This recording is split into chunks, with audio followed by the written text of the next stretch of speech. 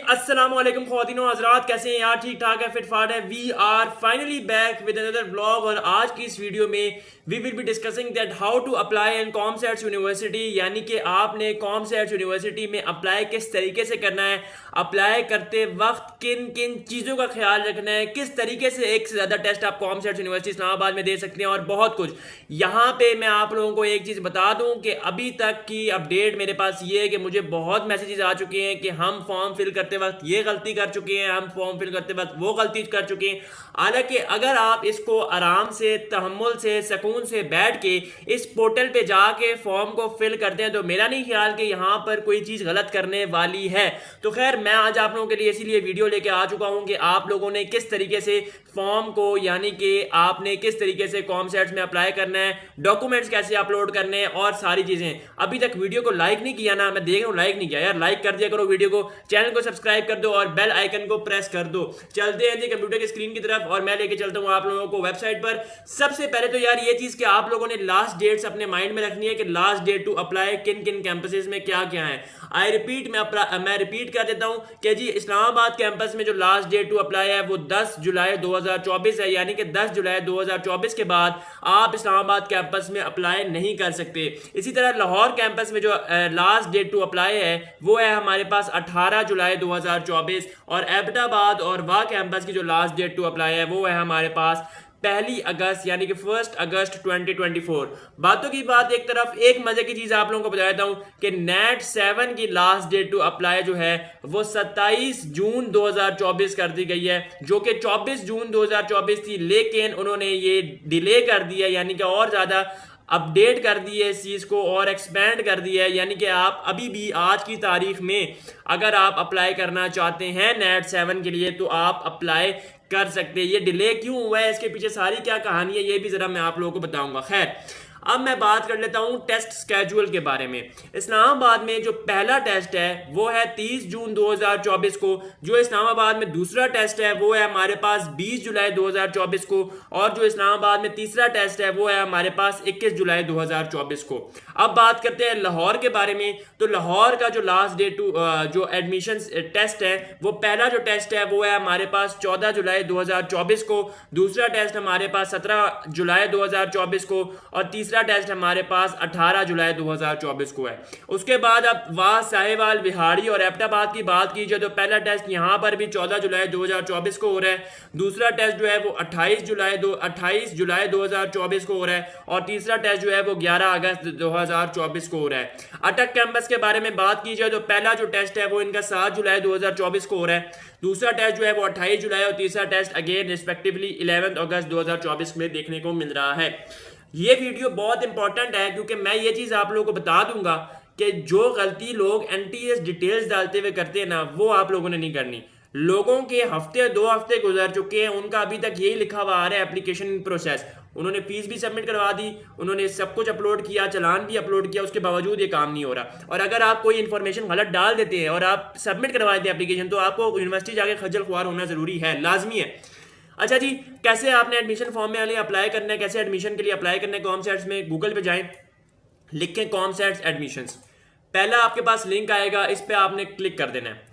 Click कर दिया, click करने के बाद आपने यहां से इसको क्रॉस करना है, क्लोज के बटन पे क्लिक करना है। यहां पर अगर तो आप पहली दफा अप्लाई कर रहे हैं, अच्छा बहुत से लोगों का ये भी इशू आ रहा है कि लॉग इन ऑलरेडी एग्जिस्ट लिखा हुआ आ रहा है, यानी कि वो पहली दफा रजिस्टर कर रहे हैं और वहां पे लिखा आ रहा है कि लॉग इन ऑलरेडी एग्जिस्ट, और जब वो लॉग इन करते हैं तो वहां पर उनको लिखा आता है कि भाई आप पहले साइन अप करें। तो उसका क्या सोल्यूशन है वो भी बताता हूं। सबसे पहले तो देखें, साइन अप के बटन पे आपने क्लिक किया, आपने अप्लाइंग फॉर किस डिग्री के लिए अप्लाई कर रहे हैं, बीएस के लिए अप्लाई कर रहा हूं। अच्छा, आप जितने कैंपसेस के लिए अप्लाई कर रहे हैं आप यहां पर कर दें। फॉर एग्जांपल इस्लामाबाद और लाहौर कैंपस के लिए मैंने अप्लाई करना है। एंटर योर नेम, मैं अपना नेम देता हूं, मैंने यहां पर इबाद लिख दिया। Enter your name for sign in, यानी कि कोई भी आप नाम दे सकते हैं। ये आपने ऐसा नाम देना है जिसमें कोई लेटर्स वगैरह भी हो, यानी कि नंबर्स वगैरह भी हो। उसके अलावा आपने अपना email address, valid email address देना है, पासवर्ड लिखना है, कंफर्म पासवर्ड करना है, और यहां पर एंटर दी अबव वर्ड करके रजिस्टर कर लेना है। वंस यू गेट रजिस्टर्ड, आपने अपनी सारी इंफॉर्मेशन ये ऊपर साइन इन के बटन से पहले जो नजर आ रही है वो डाल देनी है। जब आप वो इन्फॉर्मेशन डाल के साइन इन करेंगे तो आपके पास कुछ ऐसा पेज शो होगा, ये ऊपर नहीं लिखा हुआ आएगा क्योंकि ये एक ऐसी प्रोफाइल है जो कि 100% कंप्लीट हो चुकी है। इन भाई का एनटीएस का वो भी आ चुका है, रोल नंबर स्लिप भी। आपके पास नीचे जाएं तो ये शो होगा, इस तरह का कुछ शो होगा, इंस्ट्रक्शंस।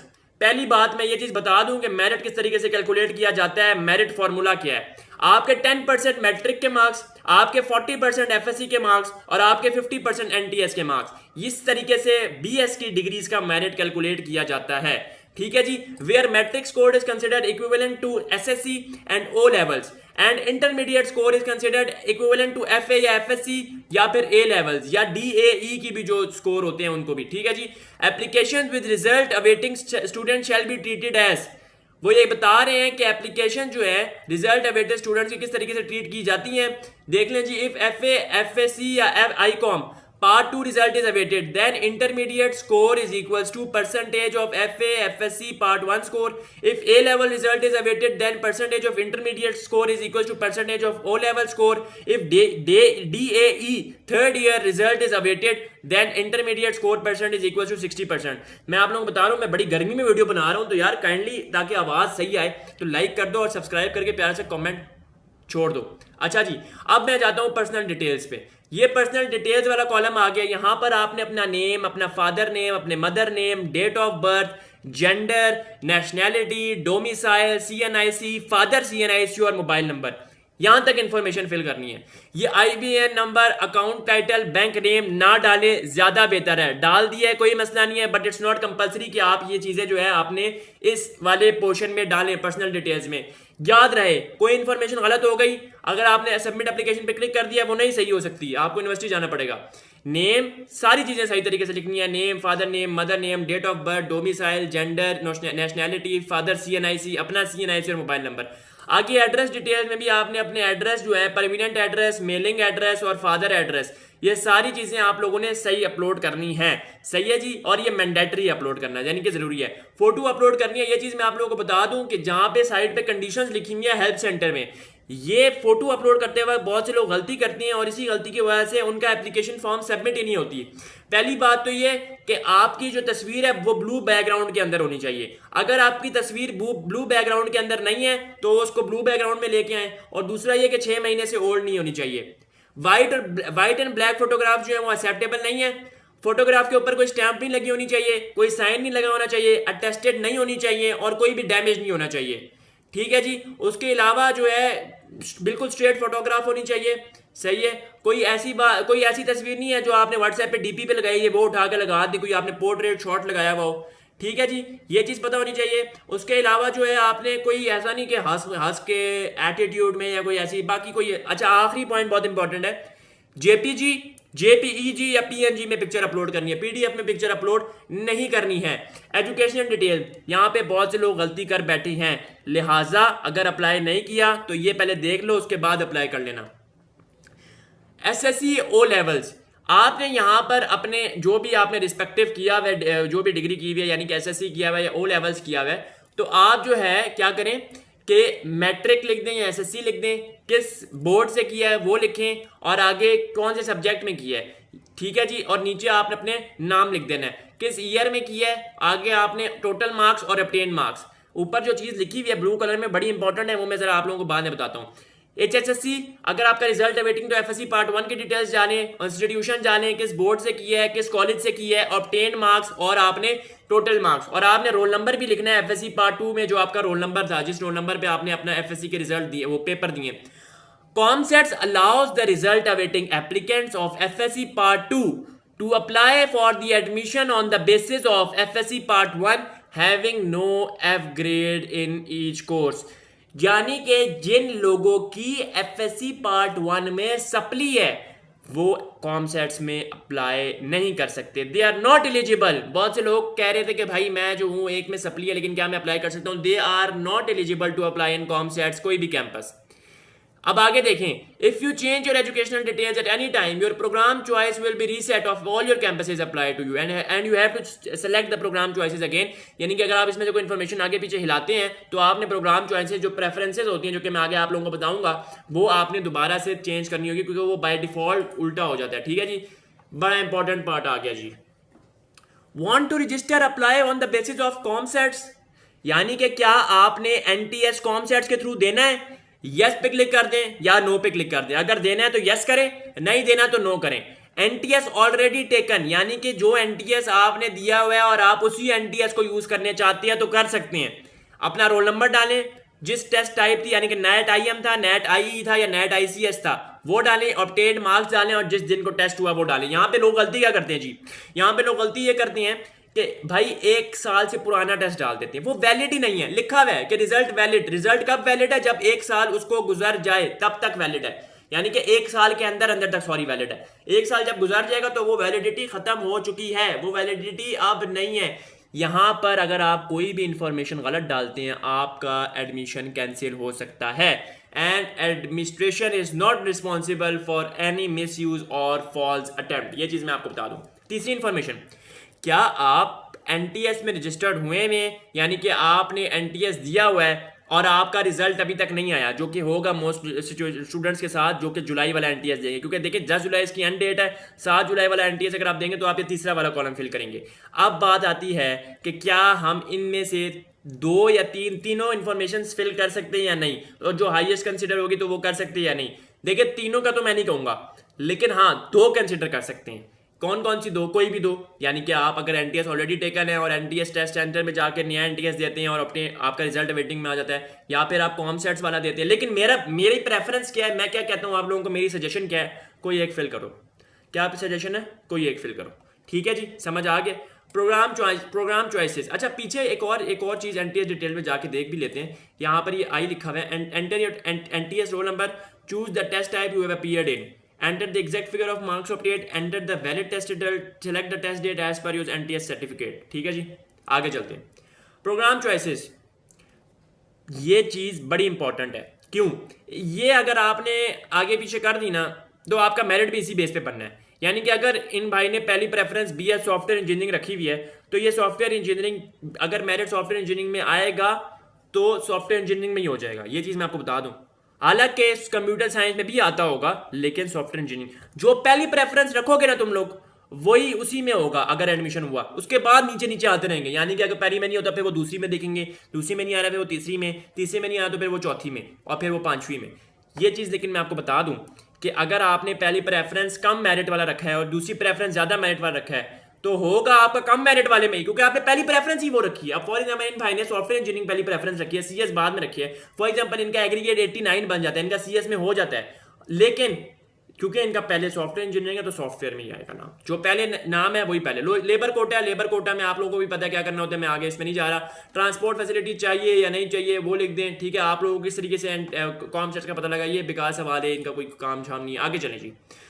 डॉक्यूमेंट्स अपलोड, बहुत से लोग इसमें गलती करते हैं, भांड मारते हैं, मार भी चुके हैं। यार मेहरबानी करना, ये स्कैन्ड चीज़ें डालनी है, स्कैन करके डालनी है। Please make sure that image size is not more than 2 MB, पहली बात। दूसरी बात ये कि अगर इमेज साइज बड़ा आ रहा है तो उसको कंप्रेसर के थ्रू कंप्रेस कर दो। यहाँ पे लिखो ना गूगल पे जाके इमेज कंप्रेसर, तो वो कंप्रेस हो जाती है। दूसरी बात, स्कैन करके डालना, कैम स्कैनर से स्कैन कर लो या किसी भी और सॉफ्टवेयर से स्कैन कर लो। एसएससी की डालनी है मार्कशीट, HSSC की मार्कशीट डालनी है, और पार्ट 2 की रोल नंबर स्लिप डालनी है जो कि आप लोग एंटर होने के लिए यूज़ करते थे अपने सेंटर में। और एनटीएस रिजल्ट भी डाल देना है। ज़रूरी नहीं है कि वो एनटीएस रिजल्ट आप प्रिंटेड फॉर्म में डालें, आप उसकी तस्वीर लेके भी अपलोड कर सकते हैं, यानी कि आपने तस्वीर ली और आप अपलोड कर दें। ठीक है जी। नेक्स्ट स्टेप, कंफर्म फ़ी। आपने यहाँ पे फ़ी कंफर्म करनी है, चलान आ जाएगा 3000 जितने रुपए का भी आपका चलान आता है, और नेक्स्ट पे आपकी सबमिट एप्लीकेशन पे क्लिक कर देना है। अब बात यहाँ पर ये आती है कि क्या आप कॉमसेट्स में एक से ज़्यादा टेस्ट दे सकते हैं या नहीं। इसका आंसर है हाँ, दे सकते हैं। इसकी शर्त क्या है? इसकी शर्त ये है कि आपको पहला वाला टेस्ट देना लाजमी है, यानी कि 30 जून वाला टेस्ट आप लोगों के लिए अटेम्प्ट करना, वहाँ जाना, 30 जून वाला टेस्ट देना, that is very very very necessary for you all. ठीक है जी, पहली बात। दूसरी बात यह कि 100% कंप्लीट होना चाहिए। आपका ऊपर लिखा हुआ है ना 100% कंप्लीट। 100% कंप्लीट जब तक आपका नहीं लिखा आएगा तो फिर आपका इसका मतलब है कि कोई चीज़ रहती है, इसको 100% कंप्लीट करना है। ठीक है। अच्छा, चलान अपलोड कहाँ करना है, ये तो मैंने चीज़ आप लोगों को बताई नहीं, ज़रा मैं आप लोगों को बता भी देता हूँ। चलान किधर अपलोड करना है, यहाँ पे तो इनका अभी फ़ी अपडेट हो गई है यानी कि, लेकिन यहाँ पे चालान की भी ऑप्शन होती है। कंफर्म फ़ी में जाके आपने उस बैंक का नाम लिखना होता है, आपने उस बैंक का स्विफ्ट कोड लिखना होता है और आपने अपलोड चालान यानी कि पेड चालान की तस्वीर डालनी होती है। ठीक है जी, ये सारी चीज़ें हो गई। बस आपने NTS के रोल नंबर स्लिप यहाँ से प्रिंट कर लेनी है, सिंपल इज़ दैट। बस ये काम हो गया। यहाँ पे जो डेट आप लोगों को शो होगी उसी डेट के अकॉर्डिंग चले जाना, पेपर दे आना। एंड मैं यही चीज़ आप लोगों को कहूँगा कि कॉमसेट्स का टेस्ट माइट बी थोड़ा सा आसान हो, लेकिन अगेन मैं यही कहूँगा कि मुश्किल तो होगा, मुश्किल बहुत होगा। लेकिन जिन्होंने जून वाला टेस्ट दिया है उनके लिए हो सकता है कि थोड़ा सा ये आसान हो जाए। ठीक है जी, अब बात करते हैं, क्या बात रह गई, हाँ, कॉमसेट्स इस्लामाबाद और कॉमसेट्स लाहौर के मेरिट में कितना डिफरेंस रहेगा। ये चीज़ मैं आप लोगों को बता दूं कि कॉमसेट्स इस्लामाबाद और कॉमसेट्स लाहौर के मेरिट में कोई इतना खास फ़र्क नहीं है। COMSATS Lahore is that campus जो कि इस दफ़ा इस्लामाबाद के मुकाबले में बहुत टक्कर देने जा रहा है। एक किसी ने मुझे कमेंट किया कि इस दफ़ा मेरिट कम होगा क्योंकि पिछले साल वाला मेरिट इसलिए ज़्यादा था क्योंकि बहुत से लोगों ने मैट्रिक जो है वो कोविड में किया था। ये बात मैं आपको क्लियर कर दूं, वो पिछले साल नहीं था, वो पिछले से पिछले था, यानी कि फॉल 2023 नहीं था, वो फॉल 2022 था जब उन्होंने लोगों ने अप्लाई किया। वो मैट्रिक के मार्क्स उनके कौन से थे, वो मैट्रिक के मार्क्स उनके कोविड के थे। तो लिहाजा ये इन गलत अफवाहों पे ना बैठो। और जो मैरिट मैंने आप लोगों को बता दिया ना इस्लामाबाद कैंपस का, खैर मैं सोच रहा था कि मैं आज लाहौर कैंपस का भी बता दूं, लेकिन खैर वो मैं कल बता दूंगा। ये लाहौर कैंपस की मेरे पास स्लिप आई हुई है, लाहौर कैंपस के मैं आप लोगों को मेरिट जो है वो इंशाल्लाह कल वाली वीडियो में बताऊंगा। आपसे मिलेंगे नेक्स्ट वीडियो में। Till then take care and अल्लाह हाफिज़।